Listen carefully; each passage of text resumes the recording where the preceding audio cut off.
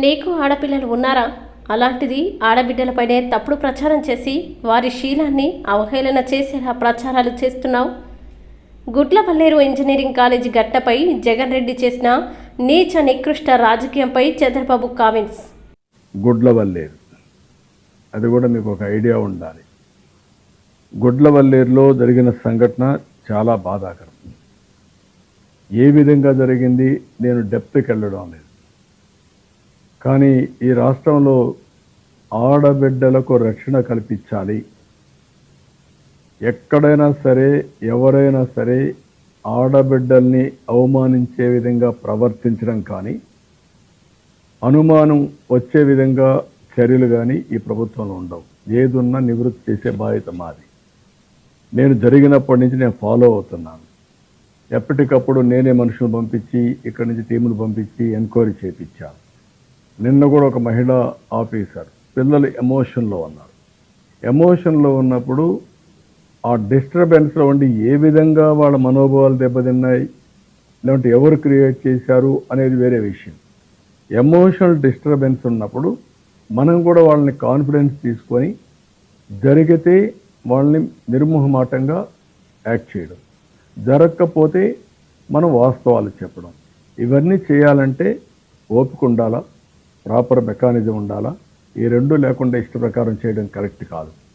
నేను కొన్ని మంది చూశాను, ఇష్టానుసారంగా 300 వీడియోలు తీసేశారు, లేకుంటే ఫోన్లో అంతా చేసేశారు.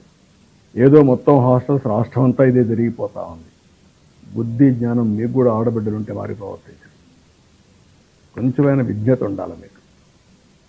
ఎక్కడైనా సరే నీ దగ్గర ఎవిడెన్స్ ఉంటే ఇవ్వాలి, నీకు తెలిస్తే చెప్పాలి. తెలియకుండా కావాలని దుష్ప్రచారం చేయడం చాలా నేరం. ఆడబిడ్డల శీలాన్ని కూడా తాకట్టు పెట్టే విధంగా లేకుంటే అవహేళన చేసే విధంగా చేయడం కరెక్ట్ కాదు. దీన్ని చాలా తీవ్రంగా ఖండిస్తున్నా, గర్హిస్తున్నా, హెచ్చరిస్తున్నా. మంచిది కాదని కూడా చెప్తున్నా. దానికి ఏ విధంగా చేయాలో మేము ఆలోచిస్తాం. కానీ ఇన్సిడెంట్ కాడికి వచ్చేప్పుడు మాత్రం నేను ఎవ్వరితో కాంప్రమైజ్ కాం. ఢిల్లీలో కూడా మేము మాట్లాడాం. సిఈఆర్టీ ఉంది, కంప్యూటర్ ఇంజనీరింగ్ రెస్పాన్స్ టీమ్. సిఈఆర్టీతో మాట్లాడి అక్కడ senior scientist one mister Sharma SS, ఇంకొక విద్యాసాగర్ సైంటిస్ట్, అదే మాదిరిగా Surendra Varma another scientist, Ravichandra another scientist, వీళ్ళందరితో కలిసి ఒకరిని సిఏడిసి నుంచి కూడా centre for development of advanced computing నుంచి ఒక టెక్నికల్ పీపుల్ కూడా తీసుకుంటాం. అదే మాదిరిగా పోలీసుని కూడా 1 or 2 ఇన్వెస్టిగేషన్ ఆఫీసర్లు పెడతాం, అక్కడ లోకల్ వాళ్ళు కాకుండా బయట వాడిని. వీళ్ళందరూ వెళ్ళి అక్కడ ఏం జరిగిందో మొత్తం తీసుకొని వాళ్ళ దగ్గర ఉండే ఎక్విప్మెంట్ కూడా తీసుకొని డౌట్ ఉండే వాళ్ళందరి సెల్ ఫోన్లు కానీ వాళ్ళ యొక్క ఐప్యాడ్లు కానీ అవన్నీ తీసుకుంటాం, కంప్యూటర్లు తీసుకుంటాం. మొత్తం అనలైజ్ చేసి వాస్తవాలు ఉంటే ఎవడు ఇన్వాల్వ్ అయినా వదిలిపెట్టాం, వాస్తవాలను బయట చేసుకొస్తాం.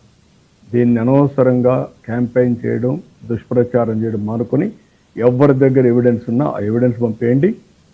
వాళ్ళ మీద ఎంత కఠినంగా యాక్ట్ చేస్తామో తర్వాత చూడండి.